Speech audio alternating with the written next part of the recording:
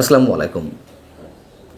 এমন একটি ধারণা তো অনেকের মধ্যে জন্মেছে যে যুক্তরাষ্ট্র জামাতকে ক্ষমতায় দেখতে চায়। আবার এই অঞ্চলের দায়িত্বে আসা মার্কিন যুক্তরাষ্ট্রের পররাষ্ট্র দপ্তরের দক্ষিণ এবং মধ্য এশিয়া বিষয়ক অ্যাসিস্ট্যান্ট সেক্রেটারি এস পল কাপুর প্রচণ্ডভাবে চীন এবং পাকিস্তান বিরোধী। অন্যদিকে আবার চীন, পাকিস্তান এবং যুক্তরাষ্ট্র তুরস্ক কেন্দ্রিক যে একটি অঘোষিত জোট, সেই জোটকে কেন্দ্রে আবর্তিত হচ্ছে জামাত, এনসিপি এবং এবি পার্টির মতন দলগুলোর রাজনৈতিক আদর্শ এবং কর্মকাণ্ড। তাহলে আসলে ফারাকটি কোথায়, সে বিষয়ে আসছি। এস পল কাপুর সেই দায়িত্বে আসছেন যে দায়িত্বে এর আগে ছিলেন ডোনাল্ড লু। আপনার নিশ্চয় মনে আছে নামটি, যিনি 2024 7 জানুয়ারি নির্বাচনের আগে দফায় দফায় বাংলাদেশ সফরে এলেন এবং একটা রহস্যময় পুরুষে পরিণত হলেন। তিনি পিটার ডি হাসকে মাঝখানে রেখে রাজনৈতিক দল এবং সরকারের মধ্যে দুতিয়ালি চালানোর চেষ্টা করছিলেন বিভিন্ন বিষয়ে, এবং পাকিস্তান এবং বাংলাদেশের সরকার পতনের দিক থেকে, অর্থাৎ ইমরান খান সরকার এবং শেখ হাসিনার সরকার পতনে তিনি কলকাঠি নেড়েছেন, ডিজাইন এঁকেছেন। এটি এখন ওপেন সিক্রেট। সেই জায়গাটিতে পল কাপুর, কিন্তু সেই পল কাপুর নির্বাচনের পরে দ্রুততম সময়ের মধ্যে বাংলাদেশে আসতে চাইছেন, অর্থাৎ 12ই ফেব্রুয়ারি নির্বাচনের পরে। প্রশ্ন হচ্ছে যে ডোনাল্ড লু যখন নির্বাচনের আগে থেকেই তার নানান ধরনের ছক এঁকে সেগুলো বাস্তবায়নের চেষ্টা করতে, সেখানে পল কাপুর কেন নির্বাচনের পর আসতে চাইছেন? বিষয়টি হচ্ছে যে আগে একটু বলে নিই যে পল কাপুর কেন এই অঞ্চলের জন্য একটু ভিন্ন আঙ্গিকে গুরুত্বপূর্ণ। ভারতীয় বংশোদ্ভূত এই পল কাপুর এই অঞ্চলের নিরাপত্তা বিশ্লেষণ নিয়ে কাজ করছেন প্রায় কয়েক দশক ধরে। বিশেষ করে পাকিস্তানে কিভাবে জিহাদি জঙ্গিবাদের ব্যবহার হয়েছে তা নিয়ে তিনি লিখেছেন একের পর এক বই। যেসব বই তিনি লিখেছেন তার মধ্যে রয়েছে জিহাদ and grand strategy, Islamist militancy, national security and the Pakistan state সহ আরও বেশ কয়েকটি বই। এসব বইয়ে পল কাপুর তুলে ধরেছেন যে ভারতকে প্রতিহত করতে এবং আফগানিস্তানের উপর প্রভাব বজায় রাখতে পাকিস্তান কিভাবে সক্রিয়ভাবে জঙ্গি গোষ্ঠীগুলোকে লালন পালন করেছে। পাকিস্তান প্রায় নিজেকে সন্ত্রাসবাদের শিকার হিসেবে উপস্থাপন করলেও লস্কর ই তৈয়বা কিংবা হাক্কানি নেটওয়ার্কের মতন জঙ্গি গোষ্ঠীগুলোর সঙ্গে গভীর যে সম্পর্ক রেখে যাচ্ছে সেইগুলো তথ্য প্রমাণ সহ এসব বইয়ে হাজির করেছেন পল কাপুর। এখন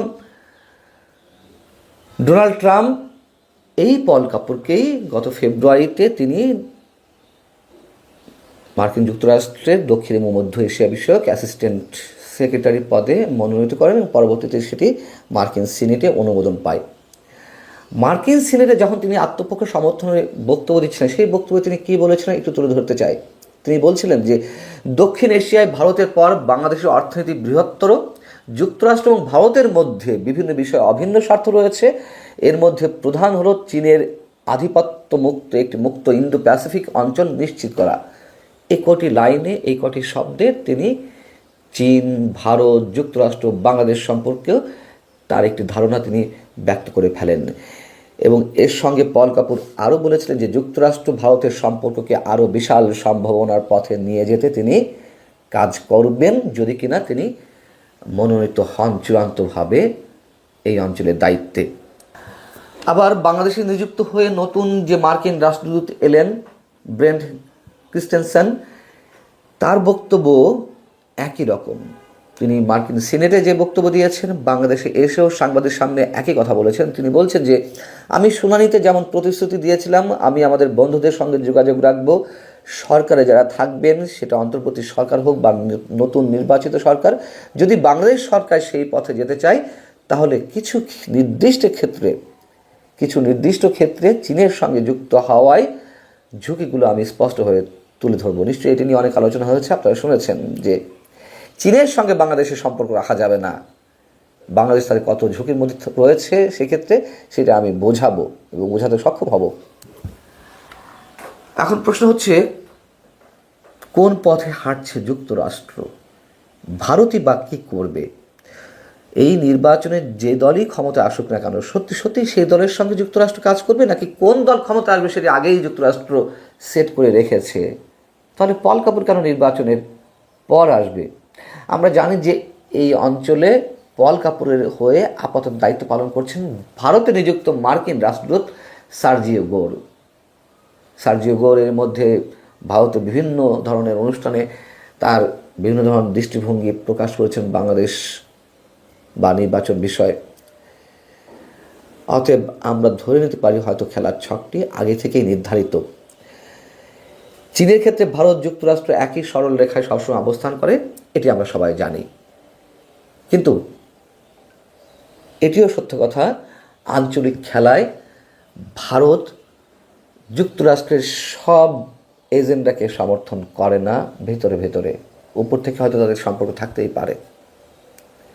এদিকে রয়টার্স আবার একটি প্রতিবেদন প্রকাশ করেছে একদিন আগে, যেখানে বলা হচ্ছে 2024 সালে শেখ হাসিনা পতনের পর ভারতের সঙ্গে ঢাকার সম্পর্কের অবনতির সুযোগ নিয়েছে চীন, এবং সেই জায়গা থেকে চীন তার বিনিয়োগ ও কূটনৈতিক তৎপরতা জোরদার করেছে।